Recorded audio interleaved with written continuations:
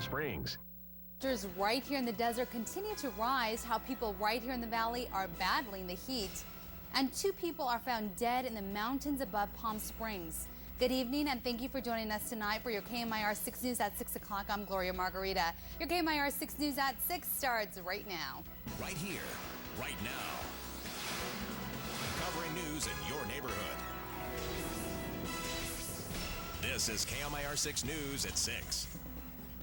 This afternoon, rescue crews went out to search for a missing hiker in the mountains above Palm Springs. They ended up recovering 2 bodies. One, who might be a hiker, was found west of Arenas Road. The other was discovered north of Tahquitz Canyon Way.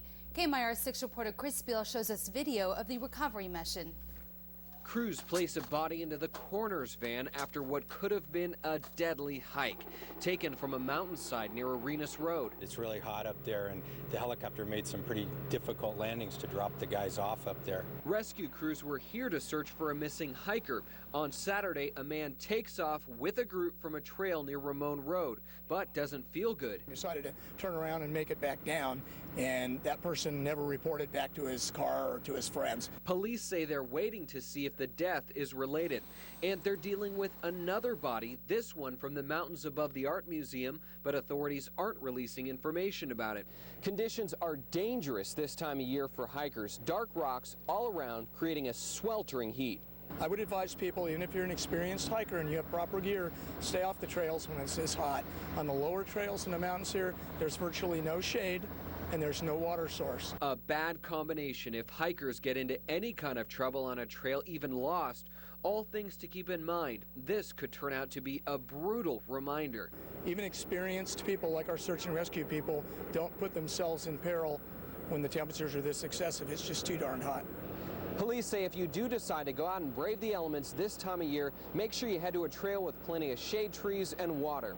Right here in Palm Springs, I'm Chris Beal, KMIR 6 News. Great advice there. Thanks, Chris. And of course, another hot day today right here in the Coachella Valley. Today's high was reported in Indio at 114 degrees. And what better thing to do than, of course, head to the pool. Not Soak City Water Park in Palm Springs was packed today. Look at it there. Kids cooled off, enjoying the wave pool and the slides. And people there say it's a great way to beat the heat. Well, I'm out here at Not Soak City, you know, riding the slides, enjoying everything. I'm going to the beach and I'm coming here in this amazing tide pool. There's some awesome rides. And the only way you can beat the heat is come out here and Soak City and get yourself comfortable. You got to stay wet or stay in the air conditioning, one of the two.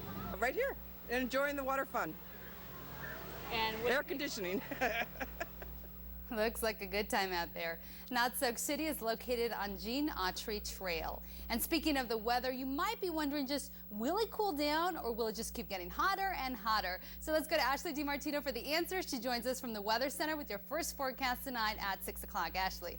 Well, another day of hot temperatures, and we're also seeing high humidity levels. Yeah, a little muggy around the valley for today. Coast is staying nice and cool. We've had a few clouds that have moved through. No moisture just yet, but there is a slight chance for some showers as we head into our evening hours. Winds will continue as well, coming very strong out of the east as this weak system is passing through Southern California. The hot conditions continue for the start of our week, and I'll tell you just how hot it's going to be in your lifestyle forecast in just a bit. I'm hoping for those showers. All right, thanks, Ashley.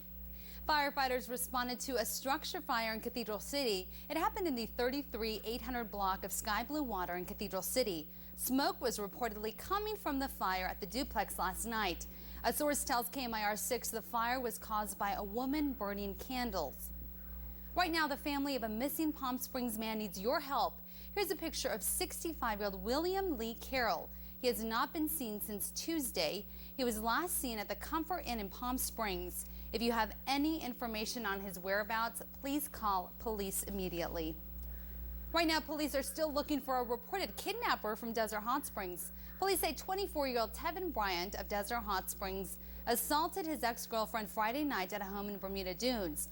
Police say he then fled with their 1-year-old child. Investigators later spoke with Bryant and they convinced him to release the child to a family member, but they did not catch him.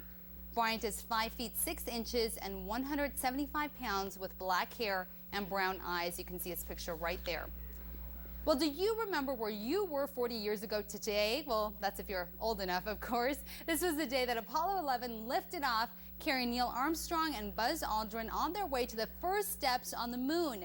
Monday marks the 40th anniversary of the moon landing. KMIR 6 spoke to people right here in the valley about it. Sitting around the TV and just in awe. So, a great event. We got together and watched it together, and we're really excited. They had the biggest TV, so we all went over there. I gotta tell you, everybody was in heaven. I think today, if you ask in France, everybody thinks the moon landing was the most extraordinary thing.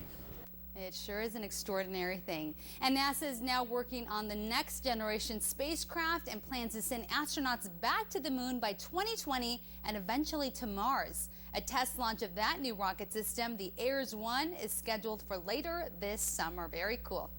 And right now, the nation is still mourning the loss of legendary TV newsman Walter Cronkite. He gave up his anchor seat years ago, but for many Americans, he still holds a special place. KMIR 6 spoke to people right here in the valley. They recall their fondest memories of the famous broadcaster.